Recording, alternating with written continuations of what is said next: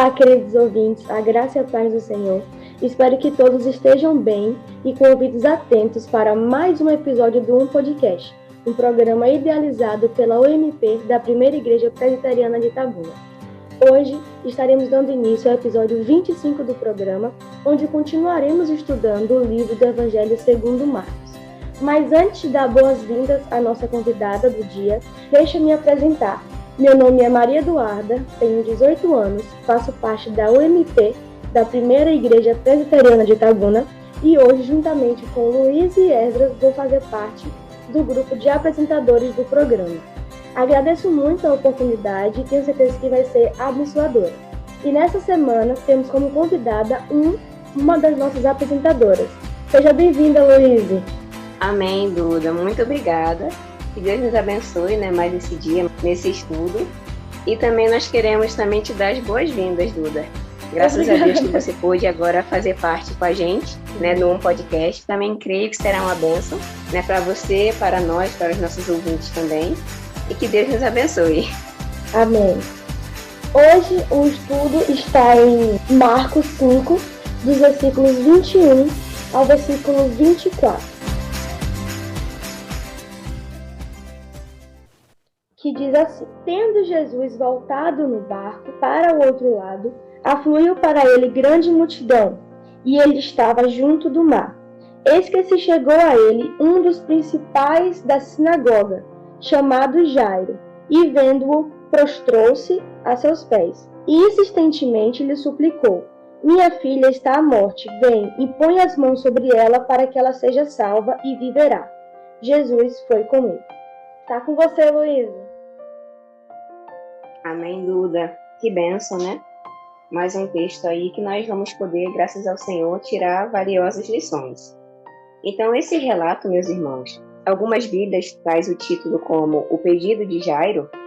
Ele também é relatado em Mateus, no capítulo 9, os versículos 18 e 19, e em Lucas, no capítulo 8, os versículos 40 ao 42. Então, começando aí pelo versículo 21, logo o comecinho do versículo, que diz assim: E passando Jesus outra vez no barco para o outro lado. Aí pode vir essa pergunta na nossa mente: como assim outro lado? Afinal, onde Jesus estava naquele momento? Para onde ele estava passando? Então, meus irmãos, nós sabemos que Jesus ele iniciou seu ministério na Galileia. Galileia é uma região no norte de Israel, que compreendia várias cidades, entre elas Cafarnaum, que é uma cidade já mencionada em capítulos anteriores, do Evangelho segundo Marcos, e Nazaré também, que é a cidade onde Jesus cresceu. Então, se a gente voltar algumas páginas aí na nossa Bíblia, no capítulo 4, versículo 35, diz assim: E naquele dia, sendo já tarde, disse-lhes: Passemos para a outra margem. Nesse versículo, Jesus ele estava na Galileia, e ele estava falando para os discípulos, que eles iriam pegar um barco e atravessar para a outra margem. Aí, adiantando um pouquinho, no capítulo 5, versículo 1, diz assim: E chegaram à outra margem do mar, a província dos Gadarenos. Então, Jesus estava, no capítulo 4, na Galileia. Ele atravessou com os discípulos o mar da Galileia para chegar numa outra região conhecida como Decápolis. Essa região, ela compreendia 10 cidades e estados gregas e independentes, entre elas Gerasa e Gadara. Por isso aí que no versículo 1 do capítulo 5, se refere como a província dos Gadarenos. Então, chegando agora no nosso versículo de fato do estudo de hoje, no versículo 21, vou repetir: E passando Jesus outra vez no barco para o outro lado. O que estava acontecendo? Jesus, ele estava retornando para a Galileia. Então, ele estava na Galileia, foi para Decápolis, e agora nesse texto ele está retornando para a Galileia. Agora chegando no versículo 22, no comecinho do versículo, que diz assim: E eis que chegou um dos principais da sinagoga, por nome Jairo.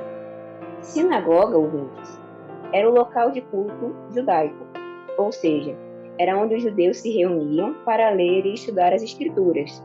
Eles estudavam a Torá, que são os livros escritos por Moisés, que trazem as leis do povo judeu, e também, como eles dizem, os profetas, ou seja, os livros dos profetas, por exemplo, Isaías, Jeremias, como nós conhecemos hoje. Então a sinagoga era semelhante à igreja, né, que nós frequentamos hoje em dia. Era o local que eles se reuniam para poder estudar a palavra de Deus. Tinha alguém, né, que trazia esse estudo, eles liam e estudavam juntos. E o principal da sinagoga era o chefe administrativo da sinagoga. Ele possuía uma responsabilidade social e religiosa de grande importância, como, por exemplo, a manutenção do edifício e também toda a organização do culto. Ou seja, era ele que, por exemplo, né, ele que escolhia quais os textos sagrados que seriam lidos e também por quem eles seriam lidos. Então, no caso aí, Jairo, ele possuía um cargo muito importante para a sociedade da época, né, judaica. Ele era muito bem visto e muito respeitado pelo seu cargo na sinagoga. Então, meus irmãos, continuando no versículo 22, a partir dele, na verdade, nós vamos refletir sobre 3 pontos muito importantes. Vamos aprender sobre a própria atitude de Jairo, ou seja, como ele se aproximou de Jesus, vai trazer para nós 3 lições muito importantes. Primeiro, no versículo 22, vou repetir aqui. E eis que chegou um dos principais da sinagoga, por nome Jairo, e vendo, prostrou-se aos seus pés. Então, dessa frase aí do finalzinho, né, já dá para a gente tirar a primeira lição. Primeiro, Jairo se aproximou de Jesus com humildade. O ato de prostrar-se está associado à adoração, à rendição, à entrega, à humilhação, né, diante de algo ou de alguém. Então Jairo, ele se prostrou diante de Cristo, reconhecendo a sua soberania e divindade. Jairo sabia que somente Jesus poderia intervir na vida de sua filha. Jairo foi humilde. Então, falando aí de humildade, meus irmãos, nós lembramos de um texto também da Bíblia, que se encontra em 1 Pedro, capítulo 5, os versículos 5 e 6, que diz assim: semelhantemente vós, jovens, sede sujeitos aos anciãos, e sede todos sujeitos uns aos outros, e revesti-vos de humildade, porque Deus resiste aos soberbos, mas dá graça aos humildes. Humilhai-vos, pois, debaixo da potente mão de Deus, para que a seu tempo vos exalte. Então, como eu disse, né, devido ao próprio cargo de Jairo, ele era um homem muito respeitado na época, né, muito bem visto, mas aqui a atitude dele perante Jesus, ele foi humilde, porque ele se chegou a Jesus não exigindo nada dele, ele não exigiu, ele se prostrou, ele se humilhou e suplicou humildemente ao nosso Senhor. Por isso, meus irmãos, que essa já é uma primeira reflexão, né? Como nós temos nos comportado diante de Cristo? Nós temos orado, talvez, né, de forma a reconhecer que de fato Deus que é soberano e nós somos seus servos? Ou muitas vezes nós agimos como se Deus fosse obrigado a fazer alguma coisa para nós, como se nós pudéssemos exigir algo de Cristo, né? Então fica aí nossa primeira reflexão. E ainda, nesse versículo 22, vamos para o segundo ponto. Jairo se aproximou de Jesus com convicção. A multidão que ajuntou-se a Jesus, né, como diz lá no versículo 21, que já uma grande multidão o esperava, né, evidencia que a fama de Cristo percorria velozmente na época. Então, pessoas de vários lugares criam em Jesus, eram curadas e restauradas por ele. Mas, por outro lado, a rejeição e ódio a Jesus também crescia por parte de alguns. Por exemplo, entre os escribas e os fariseus. Só para explicar melhor, meus irmãos, escribas, eles eram conhecidos como mestres da lei ou rabinos. Então, eles eram homens que tinham, de fato, um bom conhecimento, um grande conhecimento das Escrituras. Então, eles esclareciam dúvidas sobre as Escrituras. E já os fariseus eram um grupo religioso judaico conhecido por sua rigorosidade na observância das leis mosaicas e das tradições dos antepassados. Né? Então, tanto os escribas quanto os fariseus, né, na época que muitos se colocavam contra Cristo, eles eram ali do meio da sinagoga, ou seja, do meio de Jairo, né, de onde ele atuava. Por isso que é possível fazer uma especulação.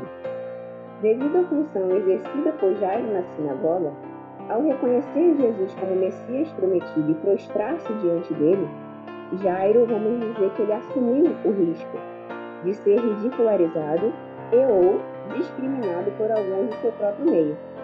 E mesmo assim, ao observar o texto, nós percebemos que Jairo foi convicto. né, independente de ele ser apoiado ou não, né, por aqueles que faziam parte, né, do convívio dele social, ele demonstrou publicamente sua rendição a Cristo. Então, essa atitude nos faz lembrar de um outro texto, que está lá em Marcos, no capítulo 8, versículo 38, que diz assim: Porquanto, qualquer que entre esta geração adúltera e pecadora se envergonhar de mim e das minhas palavras, também o Filho do Homem se envergonhará dele, quando vier na glória de seu Pai com os santos anjos. Então, meus irmãos, é uma palavra bem forte, né, para a gente, mas vemos que essa atitude de Jairo já nos trouxe um ensinamento, né, que nós não venhamos nos envergonhar da palavra de Deus, nem de ser convictos daquilo que cremos, né, na nossa certeza que somos cristãos, servimos a Cristo. Então, que sejamos convictos, tanto no amor quanto no temor a Cristo, como aqui Jairo foi convicto, né, independente do que iam achar ou não dele. Ele, de fato, se prostrou diante de Cristo e reconheceu que, de fato, ele era o Messias esperado, o Messias prometido. Agora, partindo para o versículo 23, logo no comecinho, que diz assim: E rogava-lhe muito. Então, como eu disse, que em Lucas, no capítulo 8, os versículos 40 a 42, ele também conta essa mesma passagem. Só que lá, Lucas ele acrescenta mais alguns detalhes no versículo 42. Ele diz que a filha de Jairo tinha aproximadamente 12 anos e era filha única. Então, essa expressão rogava-lhe muito, que Marcos aqui trouxe no texto, é para dar justamente essa ênfase, né, a grande aflição de Jairo. Imagine, né, a situação, a única filha dele e ainda uma moça tão jovem, né, adolescente, novinha, já estava ali à beira da morte. Continuando no versículo 23, rogava-lhe muito, dizendo: Minha filha está à morte. Rogo-te que venhas e lhes imponhas as mãos para que sare e viva. Daqui nós tiramos a terceira lição. Jairo se aproximou de Jesus com fé. Jairo demonstrou grande fé, pois não teve dúvidas. Repare no versículo, meus irmãos, que ele chama de Jesus, né? Ele pede para Jesus ir até ela e impor as mãos para que sare. Ou seja, ele já chegou com essa certeza. E Jesus, ao impor as mãos, a filha dele seria curada.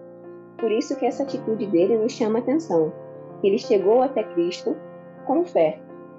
Então, nós, né, podemos fazer essa reflexão na nossa maneira de chegar a Cristo. Se nós temos, meus irmãos, chegado com fé, né, chegado convictos de que Deus pode todas as coisas, que não há nada impossível para Deus. Mas, por outro lado também, né, analisando todo o contexto que nós temos vivido, né, dessa pandemia, toda essa situação de tantas notícias ruins, né, às vezes a gente liga a televisão, dá até vontade de desligar, porque há tanta notícia ruim. Então, nós podemos também pensar uma outra lição, na verdade, de um outro pai mencionado na Bíblia. Um pai que vivia uma situação muito difícil há muitos anos, e ele foi sincero diante de Cristo, ao reconhecer que a fé dele, né, devido a tanta dificuldade, a fé dele estava abalada. É um pai de um jovem possesso, né, que estava possesso por espíritos malignos. E ele disse assim: E muitas vezes o tem lançado no fogo e na água para o destruir. Mas se tu podes fazer alguma coisa, tem compaixão de nós e ajuda-nos. E Jesus disse-lhe: Se tu podes crer, tudo é possível ao que crê. E logo o pai do menino, clamando com lágrimas, disse: Eu creio, Senhor, ajuda-me na minha falta de fé. Esse é um texto que está lá em Marcos, no capítulo 9, os versículos 22 a 24. Então, que assim seja, né? Recapitulando aí os pontos. Nós venhamos chegar a Cristo com humildade, chegar a Cristo com convicção, chegar a Cristo com fé. Mas em situações que nós sentimos que a nossa fé está abalada, venhamos também ter a sinceridade de pedir a Ele que aumente a nossa fé, né? Mesmo diante das dificuldades. Então, que assim seja, ouvinte, na sua vida também, na minha vida, na vida de Duda, que a nossa fé seja fortalecida no Senhor a cada dia, mesmo em meio às aflições, né, deste tempo presente. E já concluindo o estudo, agora o último versículo, né, versículo 24, esse comecinho aí, que diz: E foi com ele. Ou seja, nós vemos anteriormente que Jairo se aproximou, né, pedindo que Jesus fosse até a casa dele para curar sua filha. E agora no versículo 24, diz que Jesus foi com ele. O desfecho, meus irmãos, dessa narrativa está mais para frente aí no capítulo. Se Deus quiser, nós vamos estudar em episódios aí mais para frente. Então já é um incentivo, né? Para nós já irmos lermos o texto já, para adiantar e também para ouvir os próximos episódios também. E o finalzinho do versículo 24 que diz: e seguia-o uma grande multidão que o apertava. Aqui novamente destaca a grande popularidade de Jesus. Também já mencionado aí em episódios anteriores, né, que vinham pessoas de todas as regiões ali da época para ir até Jesus. Muitos vinham porque de fato acreditavam que Cristo de fato é o Messias, né, o Messias prometido nas profecias das Escrituras.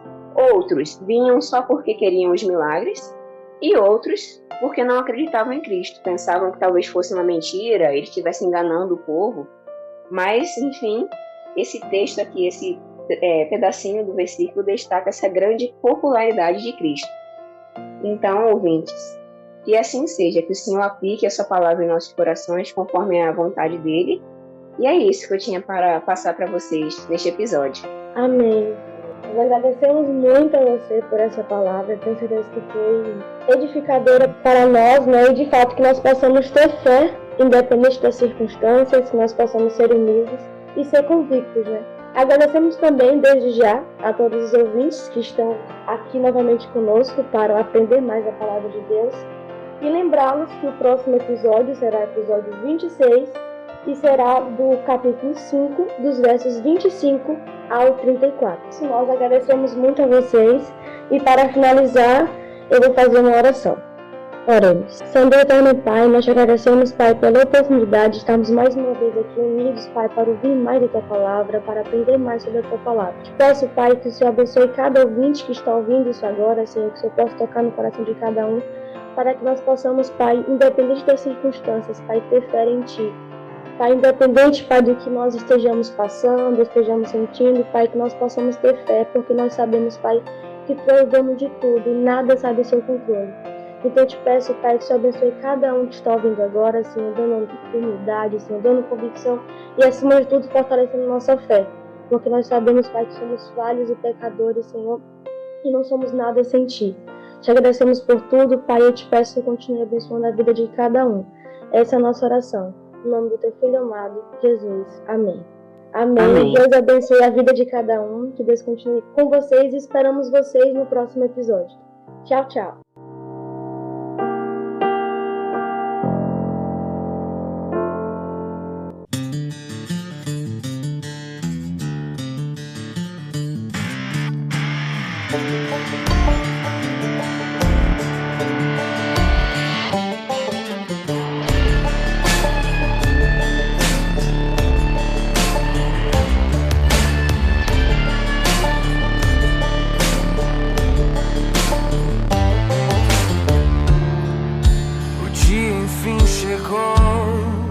Cordeiro foi cortado,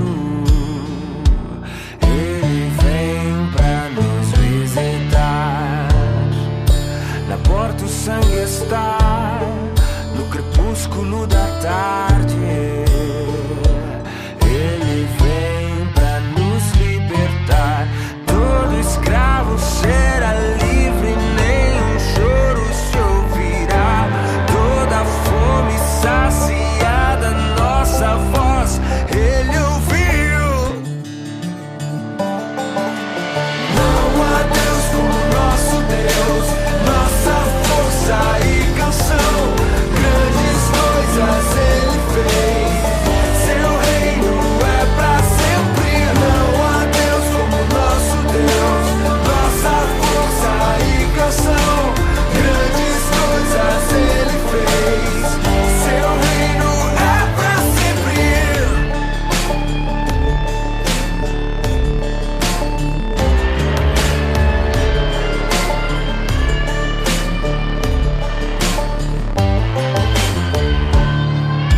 Na cruz o sangue está, é sexta-feira à tarde. Ele veio pra nos salvar. Esmagado o Filho foi, Cristo está crucificado.